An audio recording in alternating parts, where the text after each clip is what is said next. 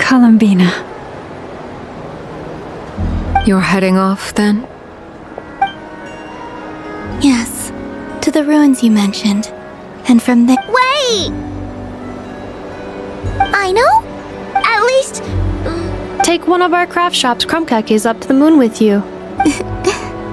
Sure. The Curatorium of Secrets believes in proper farewells. No story should be left without a satisfactory endnote. Never.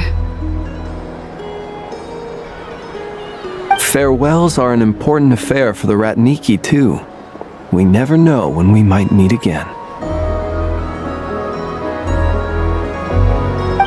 Haha! And here I thought grand farewells wouldn't suit tonight's mood. But I suppose friendly passion is not to be stopped, eh?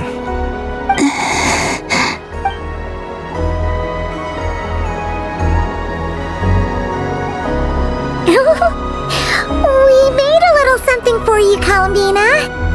Ta-da! What is it? A Moon Prayer Night greeting card with drawings by all of your friends.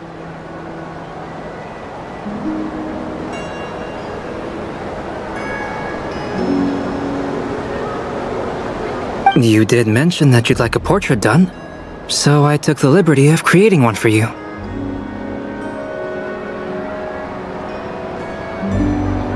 I, meanwhile, did the portrait of Mr. Albedo, and Mr. Varka did the same for me. I mean, I think my work was pretty true to life, don't you think? The picture of Ashru was my doing. The two of you seem to get along rather well. Wait, was I the only one who did a full-body picture? That's so embarrassing. I did pictures of me and Anefa. I did my own portrait and one for Hat Guy.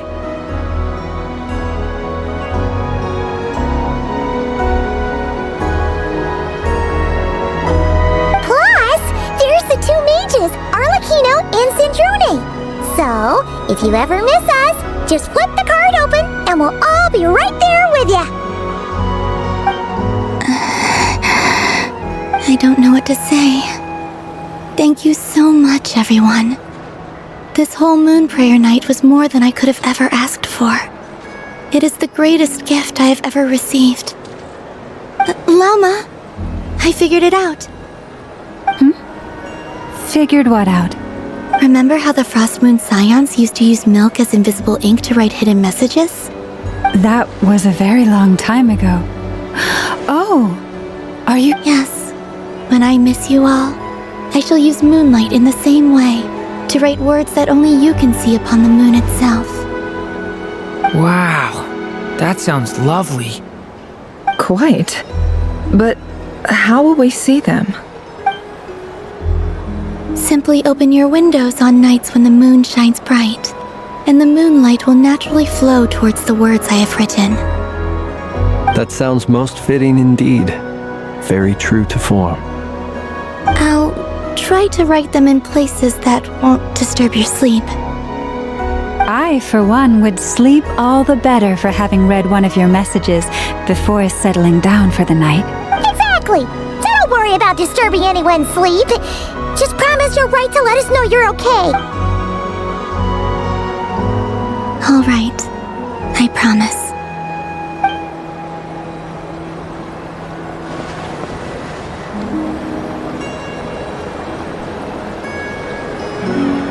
In that case, Columbina?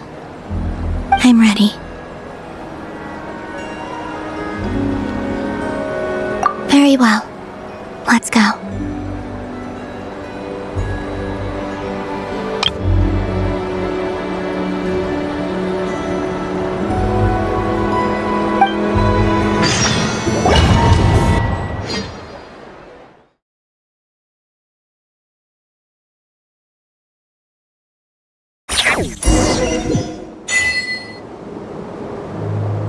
In just a few moments, I will be gone. I still don't know what to expect on the moon. Will I really be able to send messages to my friends?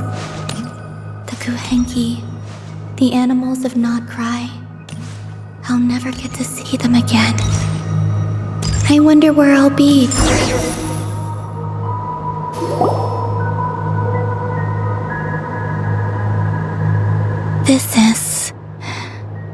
This is where the people of Hyperborea used to communicate with the moon.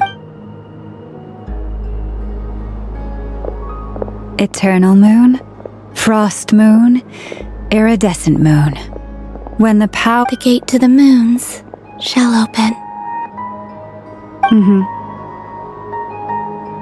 Moon marrow preparations are complete.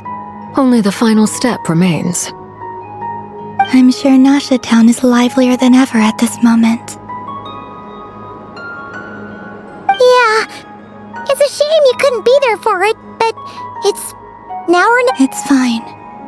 I'm more than happy with this. My last piece of luggage. My only piece of luggage.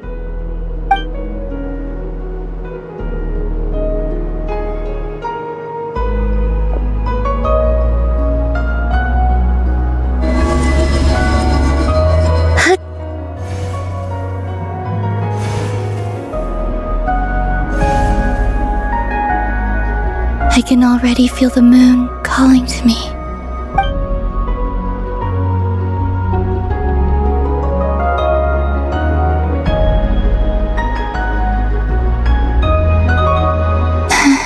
Your home lies on the far side of this light, Columbina. From now on, we will at last have a reason to pray to the true moon. Columbina. Yes? I'm listening. Be sure to come back and see us when you get the chance.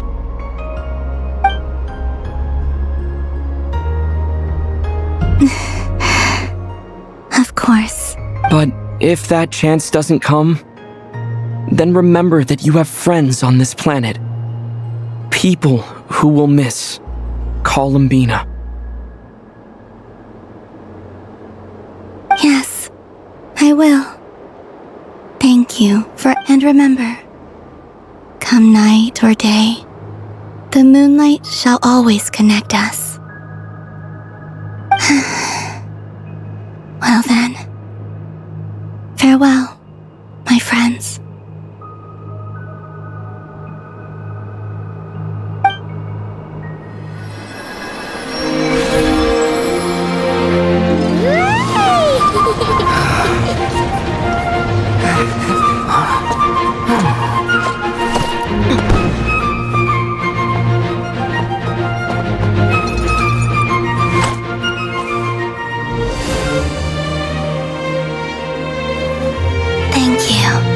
This was my happiest night in Tevat.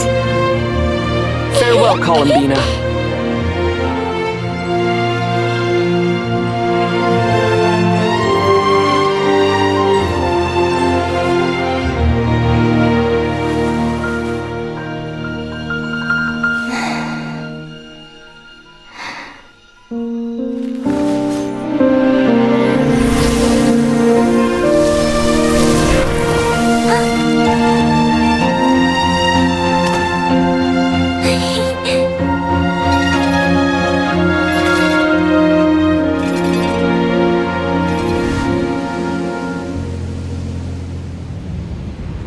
The moon really is closer than ever tonight.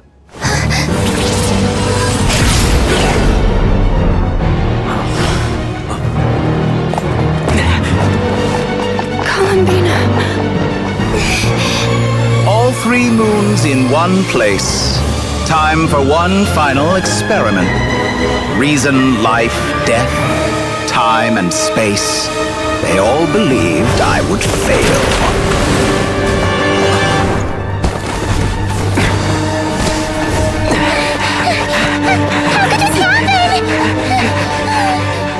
But Tevat's primordial power never did belong to the throne of heaven. And now, they are mine.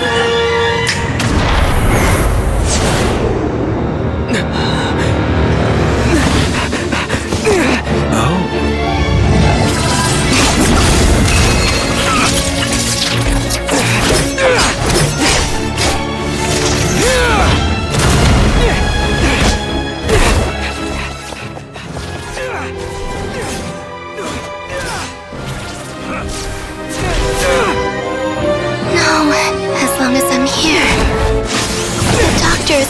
wield the Three Moons' power.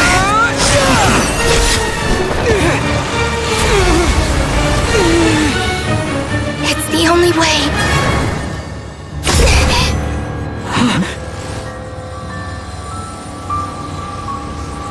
I guess I won't be going home today. Columbina! No!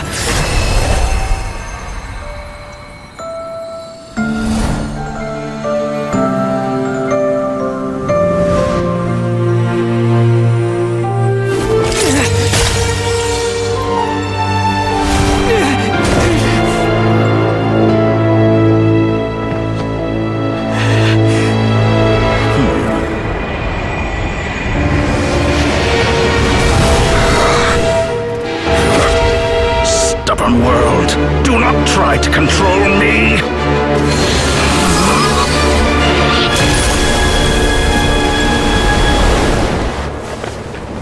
Columbina.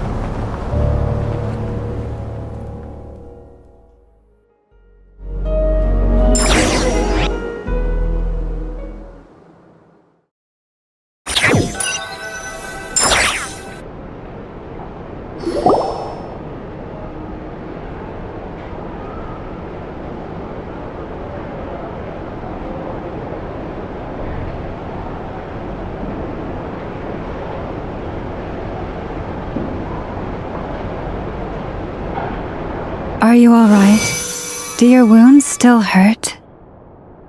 I had someone prepare a little medicine that could prove effective. Take it. In that case, let me relate the contents of the call we made to Alice after the incident occurred. That Dottore is a crafty one. He distracted the Hexencircle by creating a huge fuss at Tevat's borders. I'd assumed that the cause was an abyssal intrusion from the outside world, which in fairness is a rather common occurrence. But after learning that you managed to influence the phantoms in Nordcry, I realized that perhaps this interference could have come from within Tevat instead. But we weren't able to change their fates. True, you couldn't change how their stories ended, but you did build some variables around yourself. Variables? Yes. Things you heard that you could not otherwise have learned. Ideas that would otherwise have never crossed your mind. Of course, most variables usually pale into insignificance with the myriad of possibilities floating around. But the moment you start treating them as building blocks, that's what Dottore did. And it's how he created the necessary conditions so that when you activated the portal tonight, it played right into his plan. However, we have no way of knowing exactly what he did. Yeah, we also need to ascertain Columbina's status. And that about sums it up. As I suspected, Dottore has disappeared completely. If it's any consolation, he wasn't able to control Columbina as he might have wished to. Oh no! What? She did what? All we saw was Dottore appeared and used some kind of power. The next thing we knew, he and Columbina were gone and you were falling into the sea.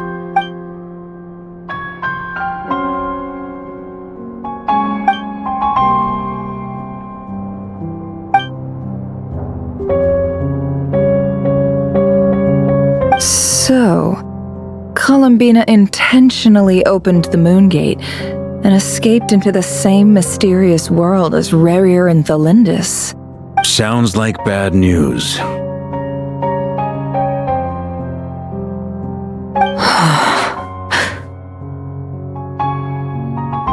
Seen in that way, the trilunar syzygy and Rerir's emergence, Dottore might have been pulling the strings in both cases. According to Miss Alice, he is attempting to transcend his destiny and finish an experiment that only a god might complete. An utter lunatic. Wait a sec, where's that guy? Seems like He took off with a Dodo communication device after we spoke to Alice. He said he had a hunch that he wanted to investigate by himself. The look on his face was terrifying. I've never seen him like that before.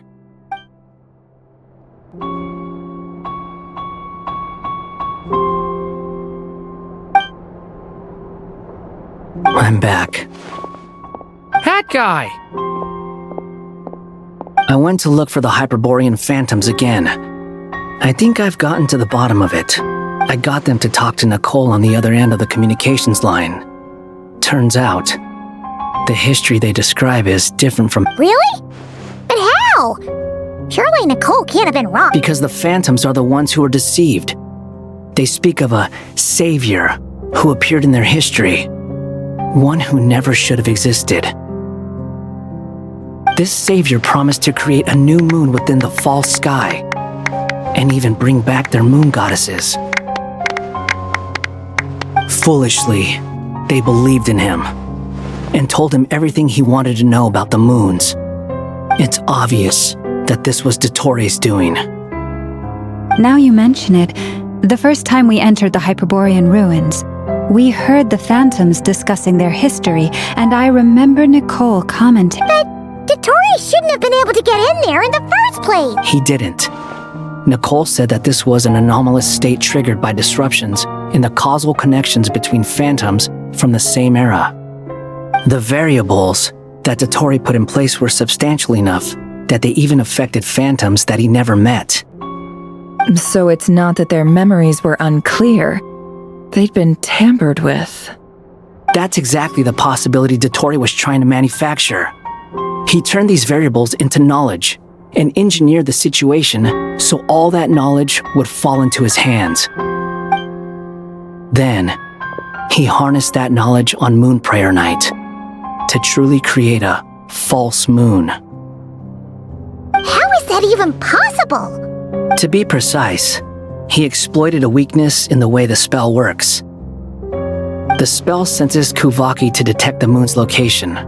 So, as long as the false moon more strongly resembled the moon than the gate would teleport Columbina to the false moon's location. In other words, to Dottore's side.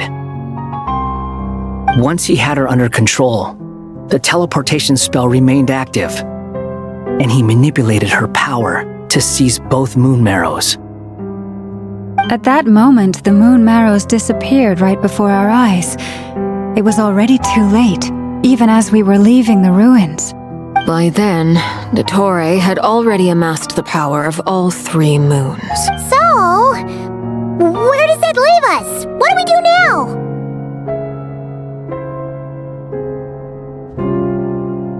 I'd certainly like to know what Her Majesty thinks, now that the concerns I expressed to her have come to pass. And in any case, it is not the Fatui Harbinger Damselette who sees us as her friends, but rather Columbina Hyposelenia. If, even in such extreme circumstances, Her Majesty will not lift the prohibition on Harbingers drawing steel against one another, then I will do as my heart demands. I will fight as Peruware instead. Oh, Arlecchino! Time is short, so I'll make the first move.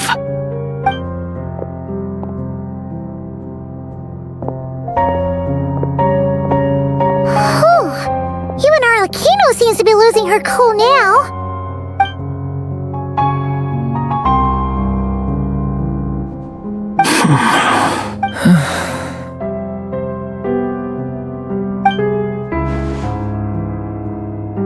All right. Lose those dejected looks for a moment and let me get a word in. It looks bad, I won't lie. Very bad, in fact. So Dottore's pulled some real dirty tricks to gain the upper hand. For now. And yeah, it's to the point where even the mages say that his variables have affected destiny. Many have told me that Tevat's destiny is fixed, and that does appear to be the case. Well, what makes Dottore so sure he'll be the exception? And since he was able to stack these variables up, who's to say we can't do the same? You of all people should not be discouraged, traveler from afar. This isn't over yet. And you're not alone in that. Everyone here does, whether they've spoken thus far or not. But none of us are the type to sit back and wait for the sun to shine again. That's exactly how a knight should roll. If they knock you down, you get back up and get back in it. Don't forget, Honorary Knight, you're a legitimate member of Mondstadt too. Vark is right. This is far from over. Dottoro's already way overdue a butt-kicking given his past shenanigans. That's what I'm talking about. How's everyone else feeling? I'll use Kuvaki to investigate Columbina's whereabouts. I am not ready to give up either. Leave the intel gathering to me. Whatever happens within Nodcry's borders, when the Curatorium of Secrets wants to be in the know, Aino and I will do all we can to support you. We will attempt to reverse engineer Dotori's actions and seek a breakthrough that way. Alice and Nicole are busy dealing with an emergency at Tevat's borders, so they can't return just yet. But they're both very angry about this. They've asked Albedo and me to act on the Hexen Circle's behalf and do everything in our power to fight back against Dottori. Are you ready then? We're going to have to conduct a lot of research. I'll do my best. As for me, I'm pretty familiar with Dottori's way of doing things, so I can try to predict his next move. I'll help with your investigation. Nice! Looks like we have our basic division of labor. I'll get in touch with Flint's and Itlua, get them to have a chat with their Starshiner. It couldn't hurt to bring the Lightkeepers on board as well. At the same time, I'll pass on instructions to the Knights present in Nodcry to assist the Lightkeepers and other organizations in ensuring the safety of those living here. Yeah! We'll show him! That's it then. Good luck, everyone.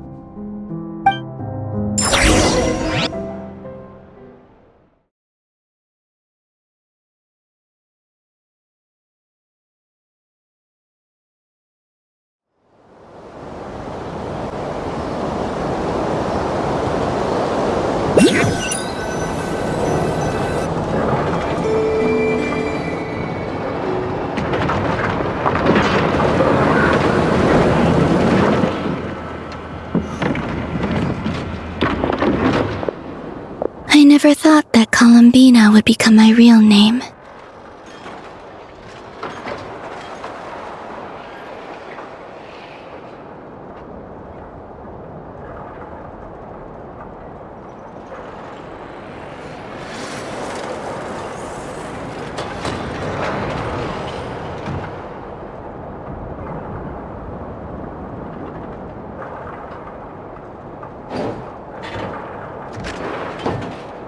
It went from being a Fatui code name to something my friends call me. And remember, come night or day, the